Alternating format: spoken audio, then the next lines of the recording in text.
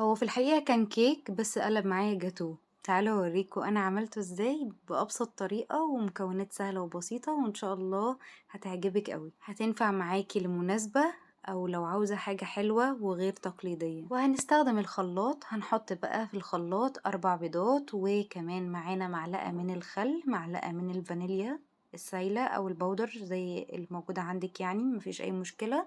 هنحط كمان كوباية من اللبن، ونص كوباية من الزيت، وكوباية إلا ربع من الكاكاو الخام، ومعانا كوباية من السكر. وكل ده في الخلاط مع بعضه، وهنضربه لغاية اما السكر يدوب خالص ويبقى كده الخليط معايا جاهز.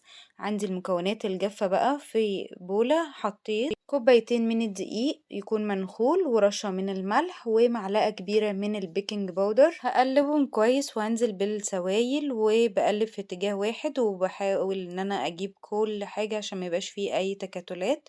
ممكن اضيف معلقة من النسكافيه، ودي حاجة اختيارية براحتك جدا. هقلب كويس لغاية اما الخليط بتاعي يكون خلاص مفيش اي تكتلات فيه.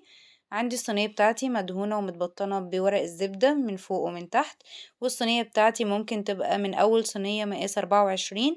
انا استخدمت صينية مقاس 30، وهعرفك انا استخدمتها ليه كده. الفرن بتاعي ساخن مسبقا على درجة حرارة 180، بدخلها الفرن. لو انتي الصينية بتاعتك مقاس 24 ممكن تاخد معاكي وقت اطول.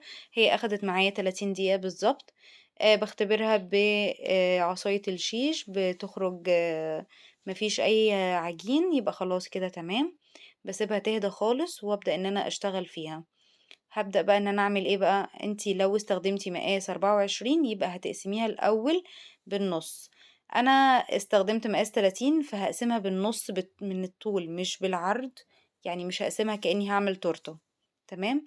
فهستخدمها كده وهقسمها بالنص، واروح بقى ايه عاملة الاتنين فوق بعض، النصين فوق بعض.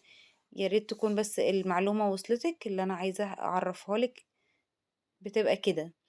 هعمل ايه بعد كده؟ هعمل جناش شوكولاتة بيضة. في حلة هحط معلقتين كبار من الكريم شانتيه الخام، ومعلقة كبيرة من اللبن البودر، ومعايا نص معلقة من الزبدة، وتلت كوباية أو حوالي نص كوباية من اللبن. هقلب كل ده على البارد، وبعد كده عندي 200 جرام من الشوكولاتة البيضة. هقطعها قطع.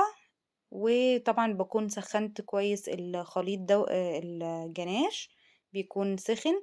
وبنزل على طول بالقطع الشوكولاتة وادوبها بتدوب معايا بكل سهولة. هسيبه يبرد بس يهدى شوية، مش عايزاه يبرد خالص عشان ما يكتلش معانا ويجمد. وهحطه على الكيك بالشكل ده كده. هحط اول طبقة واسيبها تهدى شوية كده تتماسك شوية، وبعد كده احط الطبقة التانية بالشكل ده كده. بعد كده هحط بقى طبقة الكيك النص التاني يعني عليها، واحطها في التلاجة بس كده علشان خاطر تتماسك ويلزقوا في بعض كويس جدا. طبعا لو احنا كنا عاملين في الصينية مقاس 24، فكنا هنعملها طبقات، يعني كنا هنقسم الكيك طبقات وبعد كده نقسمها بالنص زي دي بالظبط.